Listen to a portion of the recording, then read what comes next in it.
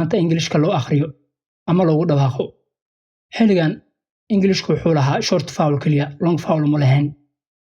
Waxaan lagu soo diray qaabka hadda grammarka iyo waxaan dhan hadda anaga isticmaalna systemkan dhan, yacni dib u habeyn weyn lagu soo bixiyay. 1525 waxaa la soo saaray Baabalkii ugu horeeyay oo lagu turjumay English.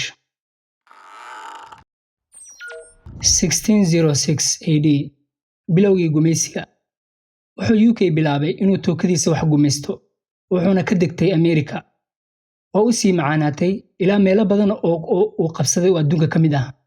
haddana asigaa u taliya adduunka, waxayna noqotay kaabartaa kaa badshay. intii uu asiga gumaysi jirtay, asigaa maanta u taliyo way hoos imaadaan.